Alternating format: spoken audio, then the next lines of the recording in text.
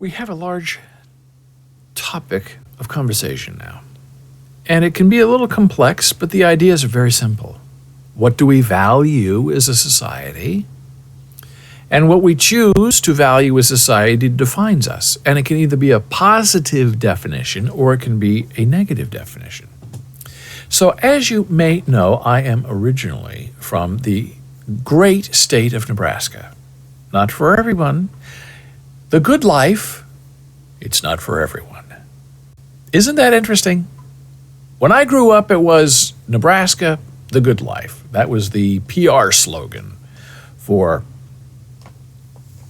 the state. And now it's Nebraska, it's not for everyone, which I guess they think is like funny and charming and self-effacing. I think it's awful, and the people who invented it, the PR people, are not very nice because they're making fun of Nebraska. And Nebraskans are unaware that they're being made fun of. At least most of them are. So the University of Nebraska is known for its football team, not its academics. It's a Big Ten school, sure. Big Ten, what does that mean? Football. That's what it means. Now, I graduated from the University of Nebraska-Lincoln and never went to a football game. But to the people of Nebraska, to the regents of Nebraska, to the board of directors of Nebraska, to all the brass at Nebraska, Nebraska is a football school. It's run by the football team. The highest paid state employee at the University of Nebraska, Lincoln, is the football coach. Now, that right there tells you what Midwesterners value, and particularly what Nebraskans value. They value football. And it's dismaying because when I was at the university, I was an English major, a minor in theater, right? The humanities, the arts. That's on its way out. And we're going to discuss that as part of this conversation. So what you value tells people about you. And when I left Nebraska, went to Columbia University in the city of New York, that's the full name of the school, because there is a Columbia College, I guess, in Missouri. And when I tell people in Nebraska I went to Columbia, they said, "Oh, Missouri?" No, New York. What? And you tell people, "Oh, I went to Nebraska." "Oh, football school."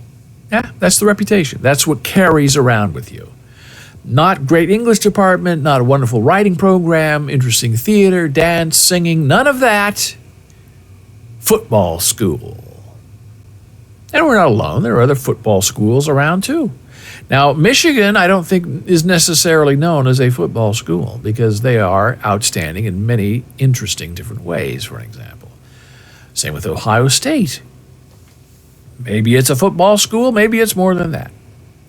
But here's where it starts becoming an issue as Nebraska grows deeper and darker red, and the two pinpoints of blue hope in the entire state are the cities of Lincoln and Omaha, but they are blue, pale blue dots in an ocean of deep, dark, bloody red republicanism.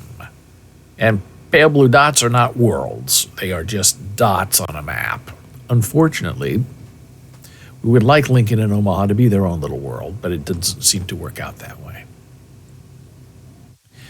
So, that's how Nebraska begins in this story.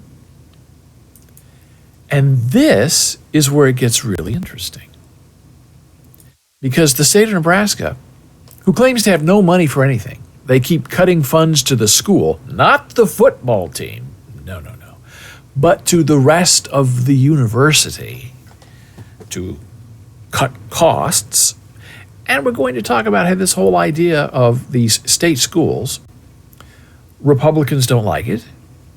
They want state schools to become trade schools. They don't want them to teach humanities or the arts and other things, which we'll get to in a moment. But this is striking. Northeast Lincoln, where I am from, I grew up and lived most of my early life in Northeast Lincoln. Went to Northeast High School. You can't get more Northeast than that. Northeast Lincoln site chosen for a new state penitentiary. $366 million. So there's no money for the arts, no money to pay professors more at the university. But the football team this week is celebrating their new locker room. And the state has been able to find money to lock up even more people. So what we value as a society and as a people defines us and condemns us. Because people generally make really bad decisions, not just about themselves, but about the lives of other people. So here's this new penitentiary that they're building, and they're putting it in Northeast Lincoln, in sort of a residential area. The old penitentiary is kind of downtown and out of the way, and I guess it's valuable land because it's downtown, so they want to move the new penitentiary into Northeast Lincoln, where all the criminals are. Oh no, maybe they didn't say criminals. They said, oh, that's where all the staff lives.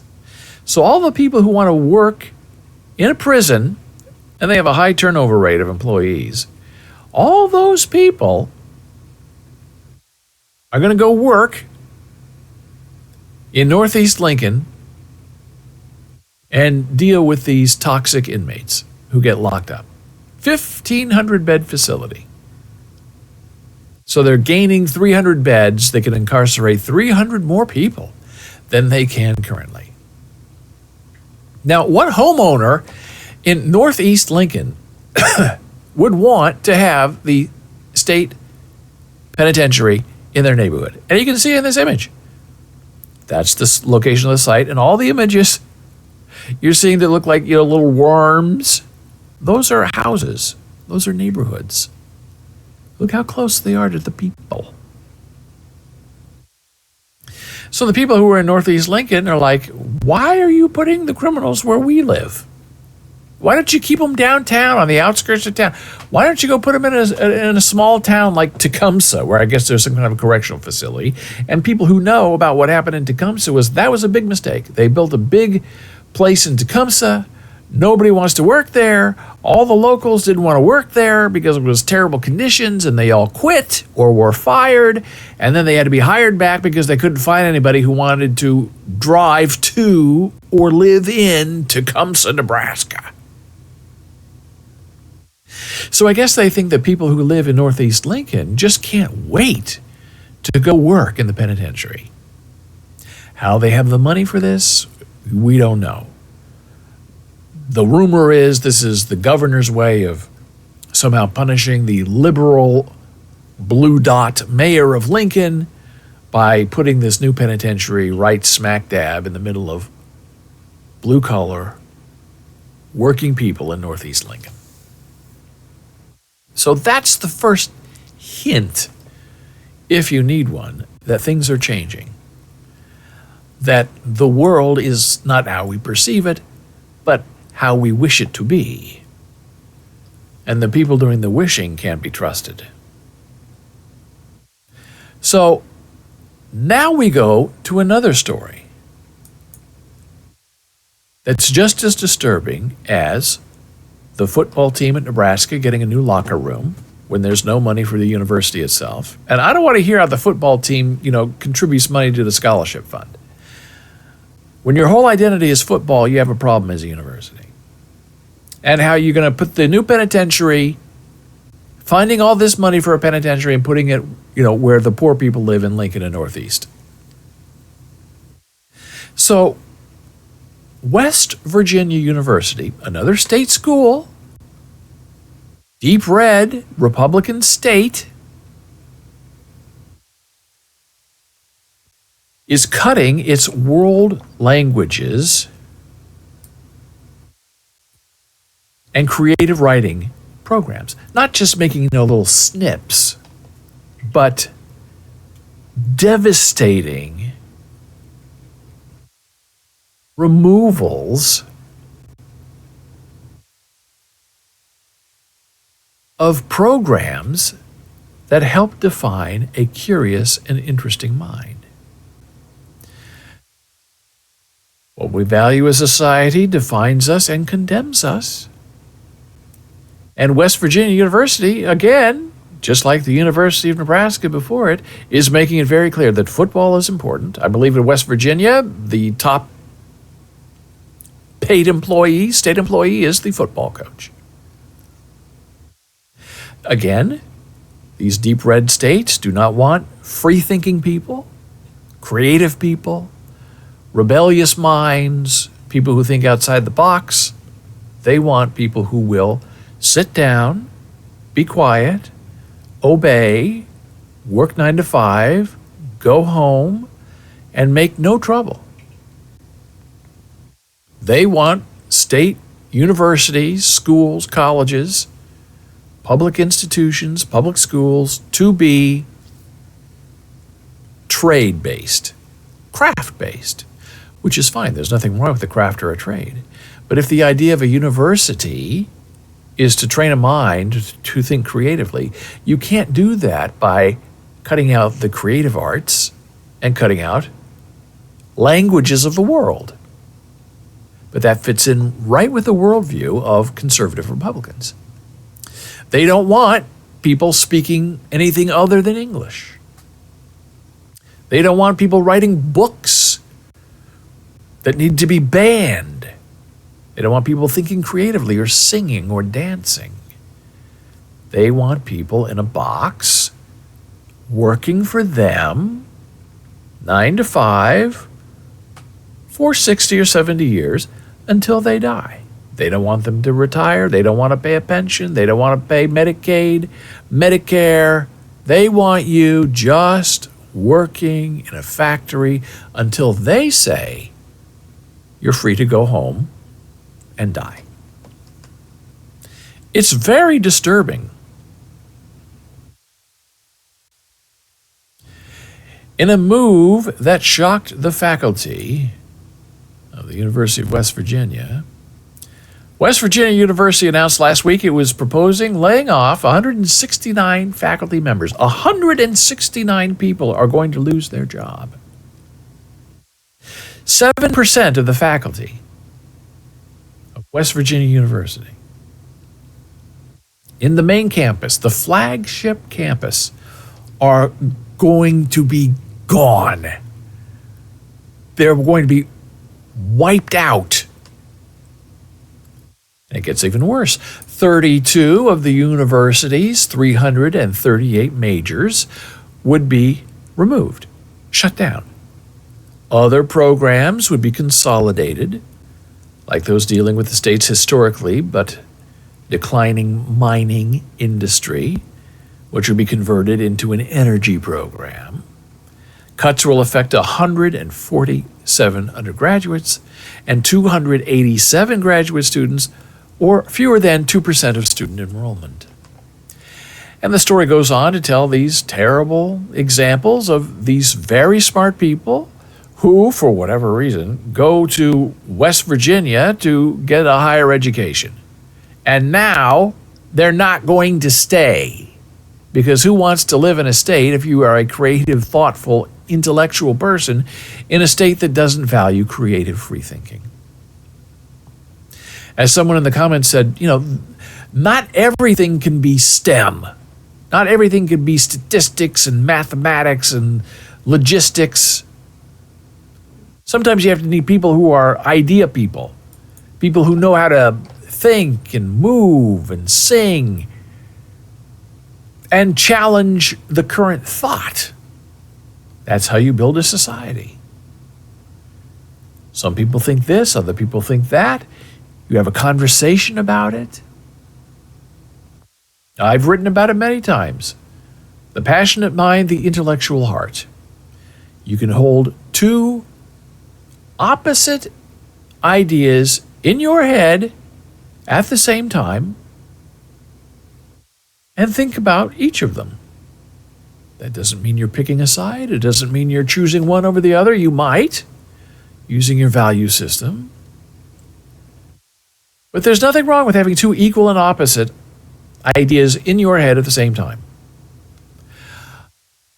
There are those who do not want you to think that way. They want to tell you how to think, how to behave, how to act, how to stand up, how to be straight, how not to bend. They want you rigid and condemning people who are not like you. And that is a massive problem when it comes to the education of a young mind. Now, what will happen in the private schools? You know, the public schools, the state schools, the land grant schools, you can kind of see the writing on the wall. They want to make them STEM, math, trade schools, crafting, none of the humanities, none of the arts, only science, but not that kind of science. Science where, you figure out how to, build things so those with the money can have bigger buildings. No Shakespeare, no sonnets, no art gallery, no painting, that is what they want for us and for our people. Because the arts, the humanities, makes us think about the world. We consider our place in the world. We wonder if what we have is enough, if we can be better, if we can find a new way of thinking that benefits people other than just us. And those in power don't want people thinking like that. They want to tell you exactly how to think. So we get presented with these problems. The football team is more important than the faculty. The highest paid person in the state is the football coach. The newest, grandest thing is not the new theater, but the football locker room. We don't want you speaking those icky foreign languages. We just want you speaking English. And if you don't speak it very well, if you're sort of illiterate, you can't really spell or cursive handwrite, that's okay. You don't have to do any of that, they think, because we just want you to be quiet and be part of the workforce and sit down and shut up. Children are made to be seen and not heard. And some of us escaped that. We don't want that thinking. We don't want the football coach to be the highest paid person in the state. So can the Ivy League sustain? Is all of that going to go to like the Ivy League, where you want to learn a foreign language, well, you got to go to an Ivy League school? Or is the Ivy League going to say the same thing? Well, we cut Latin because it's a dead language, and you don't know. Everything's on the chopping block. Now, there are some schools, like Columbia University in the city of New York, where they have a plan of character building. You don't get to pick a lot of electives. They have a program of study at Columbia, and you take this class and this class and this class because we, the university, know more than you as the student. So this is your plan of study. You take it, you leave it. You either stay or you get out. We don't care. This is what we believe you need to know to be a proper human being in the world. That is an idea I support. Columbia motto, in your light, shall we see the light.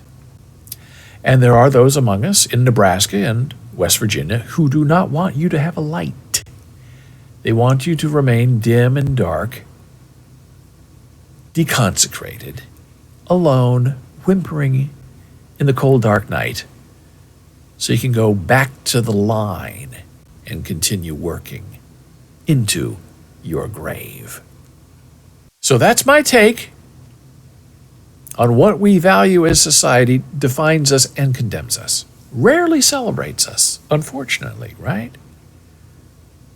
It's a hard thing to try to find your space in life. And as I asked my students on almost the first day of every class, no matter what I'm teaching, I ask them, and I teach mainly the arts and humanities, I ask them, what kind of life do you want to have? And some of those students don't know how to answer that question. Some of those students have never thought about answering that question. A lot of my students come from homes where they are the first person in their family to go to school, to go to college. And I encourage them to think about answering that question. What kind of life do you want to have? Actively think about it. Act on it. And none of them want to be put in a box or work in a factory or be told what to do from 9 to 5 by people that they don't like and by people who do not respect them. And those are the minds that scare the conservative politicians who are trying to make all these state schools compliant, not relaxed, rigid forms of body and mind control. That's what it boils down to.